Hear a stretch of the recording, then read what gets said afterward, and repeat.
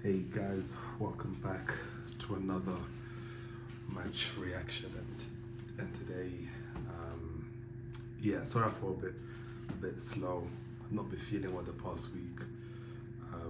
Saw that comment from the guy about Ethan. I need to do a video on that one, so if he's watching, I will reply. I've just not been feeling well. But Atletico won, Arsenal won. Where should we start? Lineup? Why not? Ben White, God, Jesus, Lord help us. I said it in a lot of match reactions. When we played Spurs at their ground, I said Timber needs a break. I'll put Mascara there as interim for a little bit until Timber gets up to speed and up and running again. Because Ben White doesn't even look like a top level footballer anymore, and it's a shame because the one thing that we used to say about Ben White is that going forward and attacking, he's actually very good. He does a lot of the good things that Timber lacks in terms of just the attacking presence, and even now you can't even say that anymore with Ben White. Defensively, he looks off. Even though I think that to give that as a penalty, to me, I don't even know.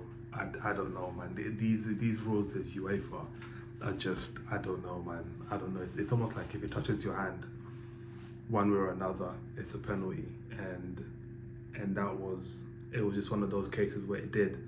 So, is what it is. That front three, God, again, help us. I don't know, that front three is terrible. Eze on the bench, I don't know why. I think because I guess he went off injured at Newcastle, he kind of thought, you know what, let me not risk Eze this game. Maybe bring him off the bench. And Capier on the ball, awful, but defensively he's not too bad. But yeah, that's the lineup out of the way. Odegaard as well had a poor game. Look, I love Odegaard, but it's even becoming more difficult to defend Odegaard because if you're not offering value in this team, why are you in this team? And as a captain, I've never seen a guy hooked off as many times as Odegaard has. I've lost count how many times this guy's been subbed off or taken off at like 50th, 60th minute. It's clear to see that he's not up to the level, and there's going to be serious conversations about Odegaard come this summer because we can't keep doing this where your captain, your leader, the guy that you need to get you over the line and get you across certain games and certain pivotal moments in games, he is being taken off at the time in which the game needs him. Although Eze looks way better than him in terms of how he receives the ball, how he drives, how he moves forward with the ball, he just looks like a better fit for us. Odegaard, he needs to have a hard look at himself and ask him, what are you doing here? Are you trying to preserve yourself for the World Cup?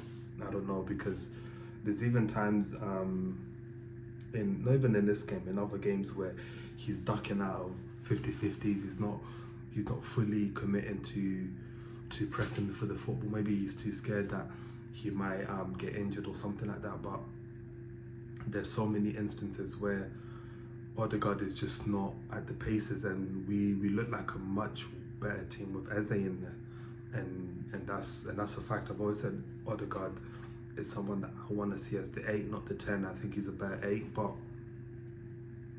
you're just not impacting games with or without the position that you're supposedly meant to be playing. So I'm in the camp where I'm starting to doubt Odegaard's level, and I'm starting to have second thoughts about whether we can put him in a position where he can impact and help this team. I'm starting to think maybe he's not at that level.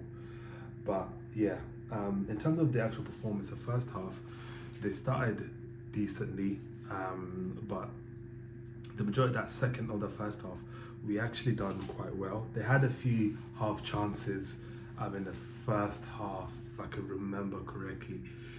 They weren't clear cut, but there were half chances where a decent team kind of puts us to bed. And you saw the game the night before, where Kvaratskhelia and Osman and all these other guys, they get these half kind of chances and they're putting them to bed. And that's the difference, where I think regardless of who we play in the final, we will get our asses handed to us by anyone. I just want us in the final where there's a possibility we can do something. But yeah, we get a penalty, definitely a penalty. You run through the back of him. It's a goal scoring opportunity, I guess. People are saying red card. Look, I think red card would have been harsh. It would have been definitely harsh, but it's definitely a penalty, and rightly so. I don't know what the Atletico players were complaining about. The one that I don't think was a penalty was theirs. And okay, it's not a penalty in my eyes, but in the hand of UEFA, it's a penalty. Look, if you smack the ball in someone's hand, where's the natural position? Where's his hand meant to go? He's not attempting to prevent the ball from going through to the channel or where that ball was going. The ball hits his hand in a motion where I'm just like, that's harsh. I understand it's harsh. The one that I don't understand, we'll get to. Atletico hit the crossbar. Lookman had a chance as well. So in fairness, we got moved to in the second half. I'll be so real. We got touched up in the second half. They had a lot of chances, even before that penalty, that double chance they had with Griezmann and Lookman, and what a block. But they could have definitely been more clinical. And again, a different side deals with those chances. And we're talking about a completely different game if those 2-3 chances go in, because Atleti were definitely the better side in that sense. We just struggled a lot in terms of actually trying to get out, and eventually we did when Odegaard came off. Apart from that, Mosquera had that chance as well. Needs to be in the corner, because that's too central to the keeper. Yeah, let's talk that. That's a penalty.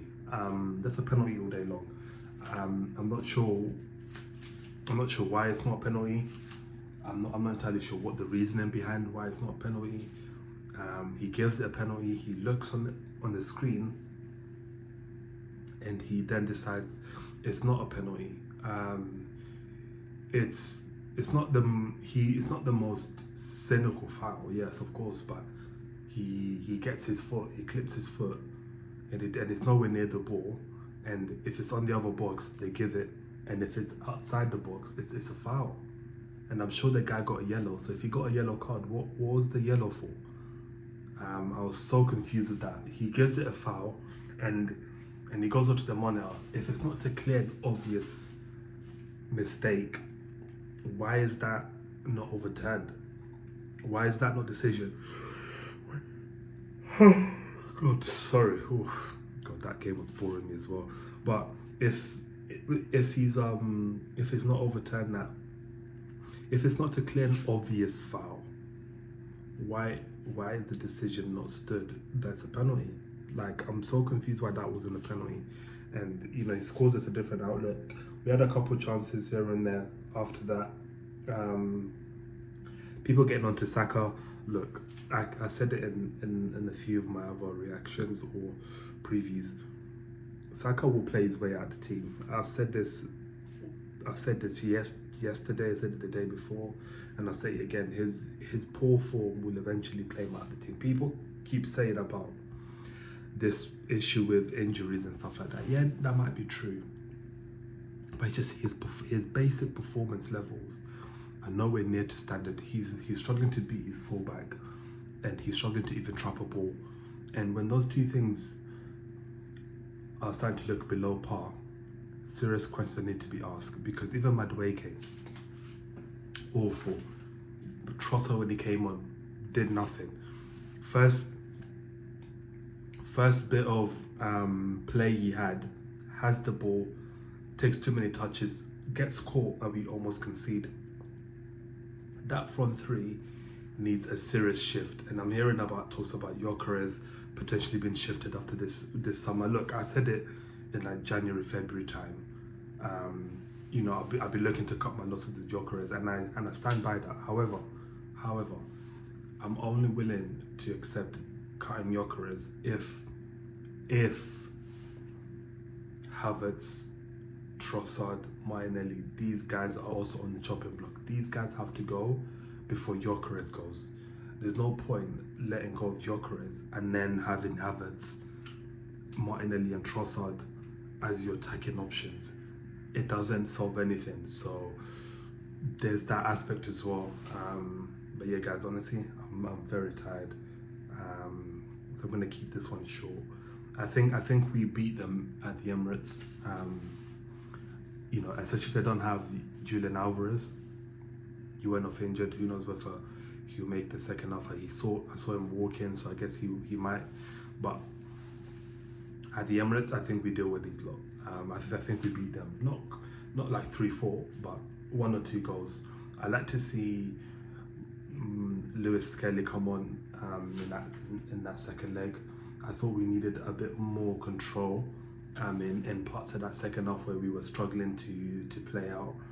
And yeah, even though they had a lot of chances, I still think we can beat them in their ground. So we'll see how that goes. But I'll see you guys against Fulham. We need massive 3 points we need against Fulham, because that's a big game. So yeah, I'll see you guys in that game, in that performance, in that match reaction, whatever. I'm feeling hella tired. So yeah, I'll end it here.